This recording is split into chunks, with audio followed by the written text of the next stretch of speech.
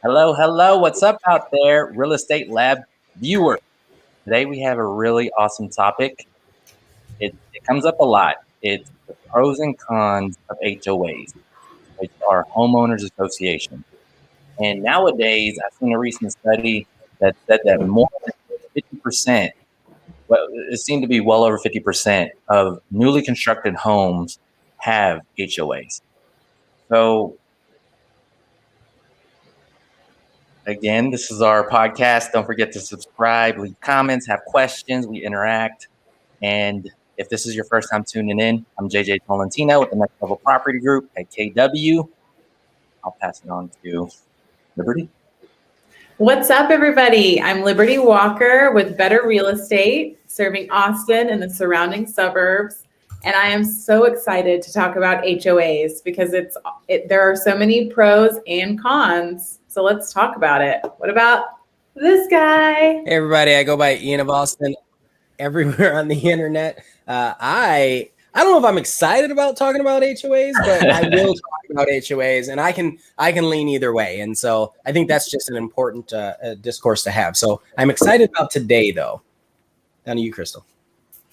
Welcome back, guys. Crystal here with Keller Williams Realty, Northwest Market Center as well. Also not sure if I'm too excited about talking about HOAs, but let's do it. Yeah, sometimes it's like you can't live with them, you can't live without them. So let's get started. A good pro, some people argue that a neighborhood with a homeowners association actually looks better. What do you think about that, Liberty? Well, I think that when you drive into a neighborhood that has an HOA, a strict HOA, you are going to notice. You are going to see that all of the lawns are similar, trimmed, all of the homes have similar facade colors and whatnot. And so that could be something that you really like. You know, I, for one, am an artist, and I like kind of the wacky, quirky, unrestricted so that I can put a big sculpture of a chicken in my front yard and no one's going to come for me. But Liberty, do you have a giant sculptured chicken in your yard? I don't, but I also live in an HOA. Oh, wow. So they can't, they might not let that sculpture happen. What about you, Ian? You think those neighborhoods look better? So better is relative, right? Because if you are moving to Austin, you hear keep Austin weird, right? Well, if you're in an HOA, you can't be too weird. And that's exactly to Liberty's point. There's a house in Pflugerville where he painted it Pepto-Bismol pink. All the neighbors were mad. I know what you're talking about. Yeah. Yes. All the neighbors were mad, but he's like, yeah, but this is what it is, right? You're not in an HOA. You want to be able to have that freedom is the word of the day, because an HOA is, you know, it's one of those, it's on the line on do you want freedom of expression? Period. Do you want freedom of expression? I don't know. What do you think, Crystal? You think HOA neighborhoods look better to you? I would probably have to, I don't know. In my opinion, so my thing with HOA is that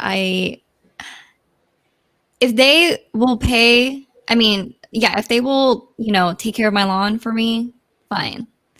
That's fine with me. But I guess in terms of looks, yes, they do look better just because I do have clients who have been looking at no HOAs, and I've looked at, how not very well maintained the yards and the roads are. So in my opinion, yes, HOAs do make them look better. And Crystal brings up a good point, because we're not here saying HOAs are like the most strictest like entity on earth. Definitely mowing the yards is good. It's like seeing all your friends with their hair done all the time or something. It's just like, cool. That's pretty awesome. Or like everyone's clothes are clean. No judgment against dirty people, but I'm a little sometimes you want cleaner yards. I think it does make the neighborhoods look more appealing.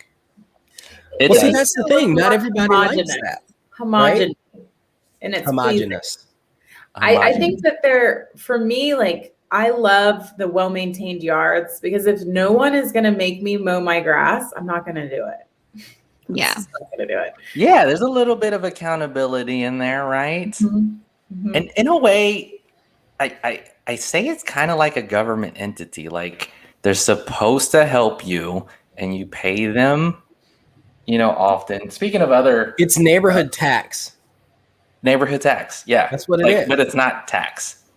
Yeah, but it is, right? Like you pay into it and they decide what they're going to do with the money, whether it's enforce fines or and what they're allowing you to get away with. It's a neighborhood tax. Here's another topic. What about veering off into more pro things, amenities? What do you think about HOAs and their amenities, Ian? I love having amenities, but I don't want to pay for them. I mean, it really just depends. It depends on how much the amenities cost and what you're actually getting for what you're paying for, right? Like if I have a pool, but it's always crowded, well, that's not really worth paying for it. Now, is it? But if I have 5 pools and it doesn't cost very much, yeah, Right. throw that on there. I'd love to have 5 pools. Let's talk about maybe like things that you may see for HOA amenities. Some people typically look at properties and they ask what's it all about. Right. So you could get like a pool, a well-maintained pool. They're going to put the chemicals in, they're going to scrub it. You could have a playground for kids that's fenced in. There could be a community center. I have seen, especially like in the Pflugerville area, the new amenity centers that are coming up are so nice. Like, it's just amazing. Like, but you're right, Ian. I guess if it's too crowded and too many people, it's because if everybody wanted to have a pool party on the same day, you're gonna be a little bit disappointed, right? Here's my question to this is anybody who's considering like a pool in an HOA versus maybe putting in their own pool. How much do you have to pay for that? What are your monthly costs for a pool? $600 is about right for a medium-sized pool after you buy it. Well, you don't, $600 a month versus maybe $600 a year to have access to a neighborhood pool all the time that they clean and they maintain. Yeah, it's like turnkey. I love I feel like there should be more basketball courts. I'm a basketball fan. I've seen tennis courts. Love tennis. I've seen golf courses. What's that? Too. Golf courses. Yeah, sometimes they're tied into the local golf course. And it takes a lot of money to maintain those things too. So if the costs are shared by all the homeowners, I mean, I feel like that's a great pro. Yeah, especially when I was living downtown, not a lot of people were using the pool. So it was like the shared cost, but not a lot. But at the same time, the building also didn't allow a bunch of I kind of wish like it was optional to pay to have access to the pool. They have those amenities. They do? They have those. Yeah, I just had a listing in Twin Creeks in Cedar Park, and they had a tiered HOA. So you start off and you have to pay this much if you want to live in the neighborhood. But if you want access to the clubhouse, you got to pay this much. And if you want access to the golf course, you got to pay this much. Yeah, Twin Creeks is sick. That's it's incredible. Course, HOA, clubhouse, like restaurant in the clubhouse spot, banquet hall. Well, what it does is it says if you have this much money to spend a month, you can now mingle with those people, right?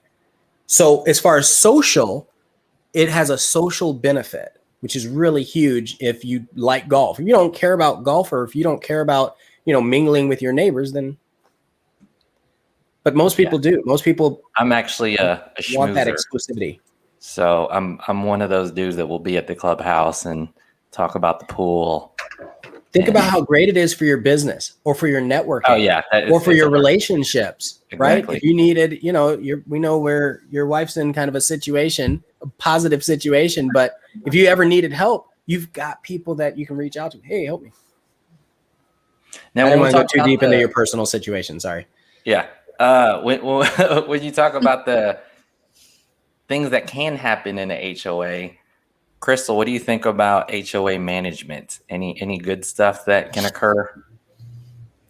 The good thing about management is that if you have like sort of, I don't know, I guess your own gripes about a neighbor and you need to like settle a dispute between like anything going on with, you guys' yards or something, you can sort of go to HOA management and see how you guys can like You can. resolve the issue. Like if a neighbor is like just like their grass is making their street just like the ugliest street and they want that neighbor to cut their grass, like they can just tell HOA to tell them. These are funny. In my building, I know this happens a lot. Like, do you approach the neighbor or do you just tell HOA straight up? In my opinion, I'm very confrontational. So I would go to the neighbor first. Oh, Crystal, coming in hot. And if they still don't do anything about it, then yeah, I will go to HOA. That would be like my last resort. Just because I don't know how long HOA is actually going to take to contact them and, make them do stuff. The HOA, they don't go talk to people. They just send a letter. With yeah, they just send letters. And like, here's how much you have to pay because you didn't do this, or you have this much time. Right? You have 3 days to comply, or it's going to be X amount. Like they're not friends. Yeah. Yeah. They're not hanging out in the clubhouse with you. Maybe they are, some of them. Hey, John, your grass is a little too tall. Can you take care of that this week, please? Yeah. Except it's a letter on the front of your door. Yeah. with a number at the bottom. What are some of the highest HOA fees that you guys have seen? Depends if you're single family or condo.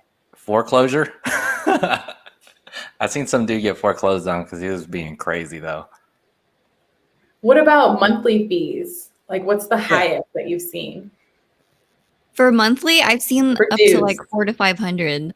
500 a month for a condo? Yeah, for a condo. Condos get pricey. 50 to 60 cents a square foot. So like 400s for like a 1 bedroom. So 2 bedrooms could be 800-900 and up.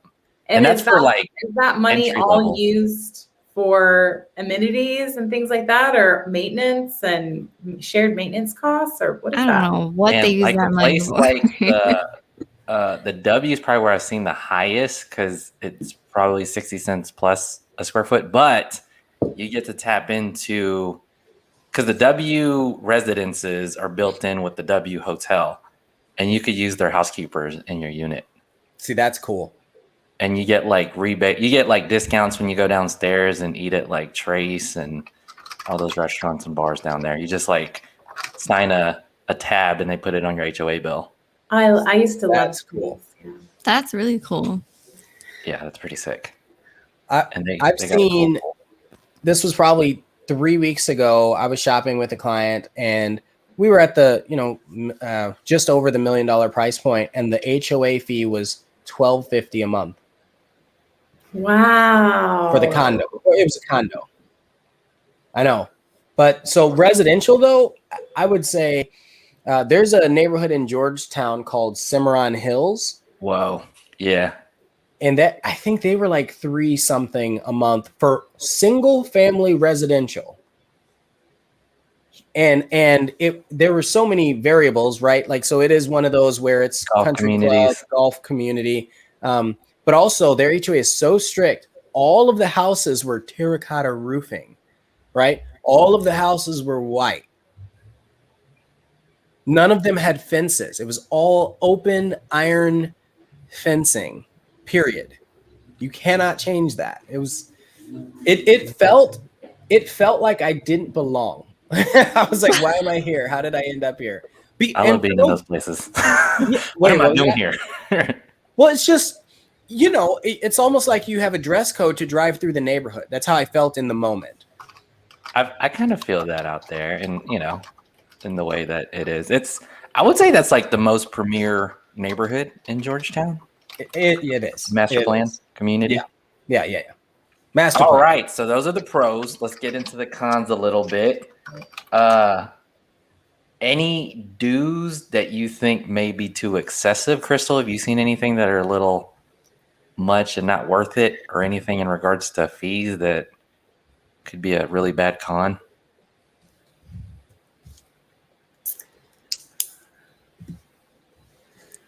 Sorry, you guys got cut off. Can you repeat that? I was like, I was gonna see if you had any cons on paying heavy HOAs, or do you think Oh, they're yeah. distributed So properly? one of the things about HOA dues is that it can change anytime. It can get higher, it can get lower. And yeah, that's one thing. What's one of my gripes about HOA is that it could start off at $30 a month, but then it can change to like 75 to 80 and up to 100, maybe Yeah. more. You Like get hit with anytime. an assessment. hopefully though that people are voting on that. The problem is some of these HOAs won't let people know when they're voting. Yeah, Talk about that, exactly. Ian. Any rogue members, or what would we be on the lookout in regards to like membership boards? So I have a client that's going through this right now. We've actually been searching for a real estate attorney that specifically deals with HOAs, condo regimes, and there's so many layers. But ultimately, the person that runs the HOA also does the property management, and you're supposed to send out a schedule so that the board members can all review, but the board members seem like they're all related or friends or something. Mm-hmm. And so now they have these board meetings, and they're always at some obscure time. So none of the people that live in the HOA can actually make it to the board meetings.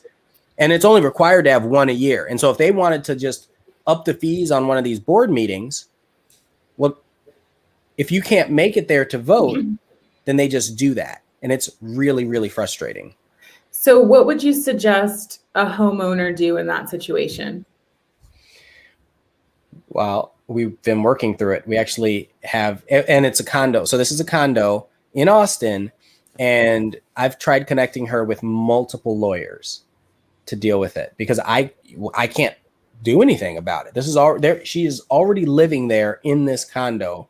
They've already had so many issues, and then this happened. Yeah. Was it an older condo?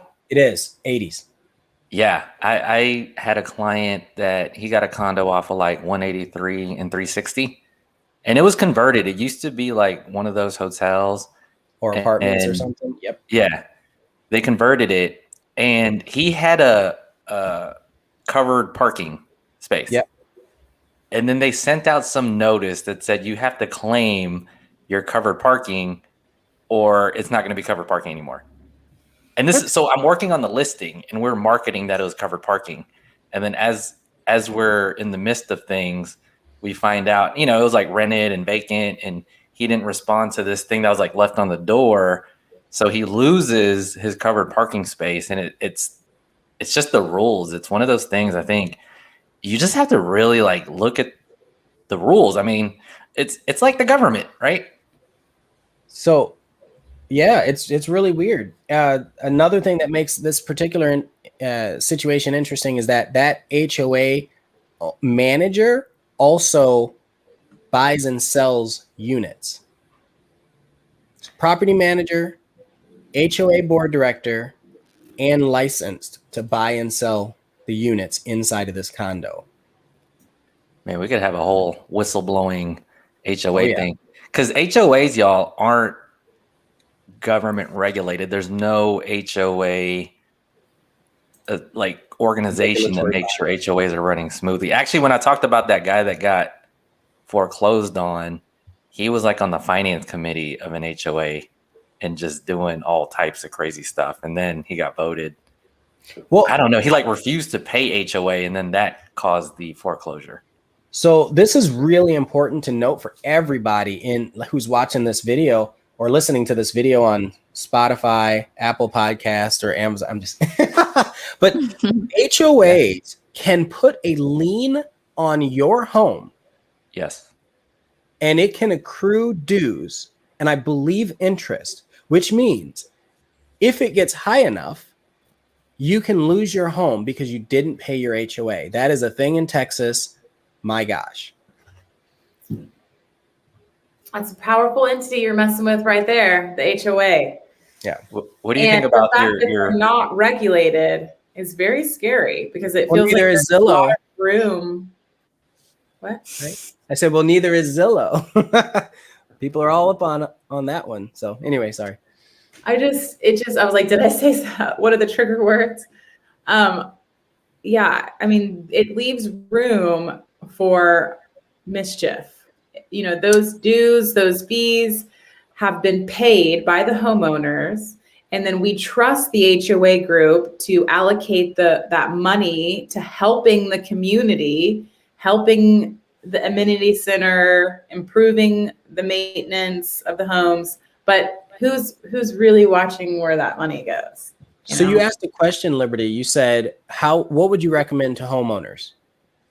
I would recommend that if they care, that they join the board. That's the answer.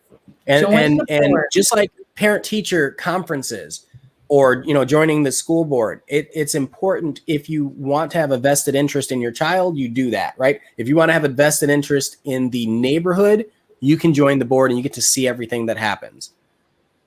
Yeah. And since we're on the con side of the HOAs, and I said on the pro side, I like mingling. I do like networking at HOA meetings, but when it comes to the down and dirty and the actual meat of it, it goes way over my head. We start talking about budgets and it turns into a very political thing. And, this vendor is connected with that board member. And I wasn't there for I'm that. sure there's a lot of that, JJ. Yes. Yeah. But it's good to hear it.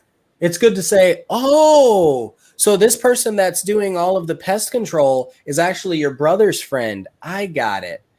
Yeah. And you're paying him $10,000 to do flea treatments on an empty building. Like, we need to make sure we're watching it. Yeah. Keep them honest. If anything happens to us after this, it was the HOA. Yeah.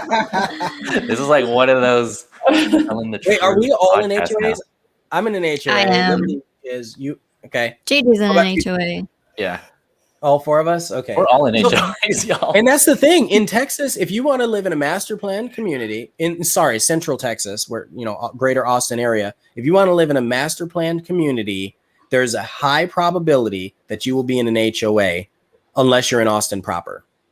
And it probably, even older neighborhoods start out with an HOA, and as time goes on, do they phase out? Well, it also depends on when, right? If the houses were all built in the 80s, HOAs were new in the 60s. And so, Austin just started growing and really growing in the 70s and 80s. That's why you have so many houses in that time frame. But they weren't establishing HOAs because we were against the rules. And now you have all these suburbs and these builders coming in and these developers. They're like, well, this is the way we've done it in Florida and New York. So we're going to go ahead and do it here. We'll create this little HOA. And then after we build the neighborhood, about halfway through, we will hand that over to the people that live in the neighborhood to run it. So that's why we have so many HOAs right now. It makes it easy as far as master plan communities, and they hand it off to the people that live there and say, you figure it out. If you want to dissolve it, you can dissolve it. If you want to build it up, if you want to add a park, you're going to pay for it, but you got to get votes from all your people. Right. What's your take on this? Do you think HOAs are stickier in condominiums than in single family detached residences? Yes. Who are you asking? Anybody? I think they are. Crystal said yes. Mainly because with my go ahead. No, ladies, go. You go. With my experience, I guess showing around my clients when we were looking at condos, especially if they're like detached little townhomes, they're definitely a lot more strict about how you need to maintain your yard. Yeah. Because it's so small, and it's so noticeable because it's so tiny. But yeah, it's just my take on that. Yeah, I agree with you. I think generally speaking, and they're also maybe cost more too. There's something about maintenance. So, in a way, if you're paying more HOA, that's just more to look out for, more accountability you would like on your monthly dollar. And that could be a handful. What do you think, Liberty? I agree with that. I do. I think, and really pay attention too, because a lot of my clients that I'm helping that are out of state, they're not here during the tours. They're all virtual tours, right? So I always try to say like, hey, let's stop. I'm going to go to the amenity center and check it out, because not all amenity centers are created equal. Mm-hmm. And if you're paying a higher HOA, then you want to make sure you're getting everything that you want out of that. So just make sure that you ask. And then when you get those HOA docs back, review those in their entirety. Because if there's something that you really want to do, like have chickens or run a hair salon out of your house, brings up the chicken again. You need to make sure that you're able to do that. So I want to get back to that question, but first I want to say we didn't talk about transfer fees. If you're buying or selling your house, when you're buying a new house, oh yeah. But also if you're reselling a house later, there are these things called HOA transfer fees, and they are expensive. So what are you seeing the range be? Because I typically see like $625 transfer fees. I haven't seen anything higher than that. Have you guys? $200 to $850. Whoa. $200 to $850. Oh, is that me? Am I gone? What happened? We can still hear you, but your video left. Oh, it switched cameras on me. That's so weird. There we go. So in Lago, it's just I keep mentioning Lago Vista because I'm very familiar with it, but they charge their HOA is just incredibly cheap. It's like $150 yearly, and then their transfer fee is only $250. That's because it's an HOA for like all of Lago. That's the difference. Where all these other places are just neighborhoods, right? Like each neighborhood has to establish. So if something goes wrong in Lago, it's like, well, I'll take $10 from these people, $10 from these people, but there's 10,000 people to take $10 from. Where in a neighborhood, it's like 500 people are paying the costs of the pool. Yeah. It's also called the POA, not an HOA. Property Owners Association. Yeah. And technically all of our forms, our check forms say POA. So one thing, so to go back to the question JJ asked about, what did you ask? The last question you asked. Do you think condos have stickier HOAs than detached? Sticky. Our HOA is sticky. So here's the conversation I typically have with my clients. If you're the single family residential, you're spending about $50 for an HOA. If you're spending less than that, they probably don't care what you do as long as you keep your grass cut. Right? Lago Vista. Yes. Right. If you're spending more than that, then be prepared to comply. I know. Whatever that means. And then condos, so there's generally a correlation with how much you're paying to how tight the rules are. But condos, whole other beast. You're talking about repairing roof and external buildings and things like that that the HOA has to absorb the cost for. Right? You're only responsible for the interior of your unit in most cases, and HOAs are responsible for everything on the outside. And so that gets really, really tricky. So condos are almost always more expensive. Yeah. And we could go on and on. It's like, go ahead. Because they're so much smaller. Like there's you're paying so much HOA on like such a small little piece of room that you're like paying for, or like square footage wise. For you. You don't have to do any. You don't have to cut your grass. You don't have to worry about if there's a tornado and the roof blows off, because the HOA should cover it. Yeah, there is more exterior insurance too. They will mow your lawn for you. Yeah, I know, if the building needs to be painted or power washed, please mow my lawn. Yeah. Awesome. Well, that's a good start on HOAs. I'm sure there's more to talk about, and that's why you could call any of us. Call us when it comes to checking in on HOAs, comparing HOAs, looking into the health of an HOA and how the lender looks into that. But holler at us, and that is our podcast today. Any last words for the people out there listening about HOAs? I just say that make sure you are aware, get all the info. That'll help you, definitely. Join the board if you can. Yeah. My thing is, if you're buying a house you can receive the documents, and if you don't like what the HOA documents say, you can back out. In most cases, you can back out, and that's a way for you to back out of a contract if you're not comfortable. So, but also don't be afraid of HOAs. I know it sounds counterintuitive, but don't be afraid. Anyway. Yeah, maybe talk to the neighbors, see who's had the HOA for a long, long time. That's a great idea. That's a really good idea. Yeah, very cool. Thanks, Awesome, everybody. thanks for tuning in. Bye.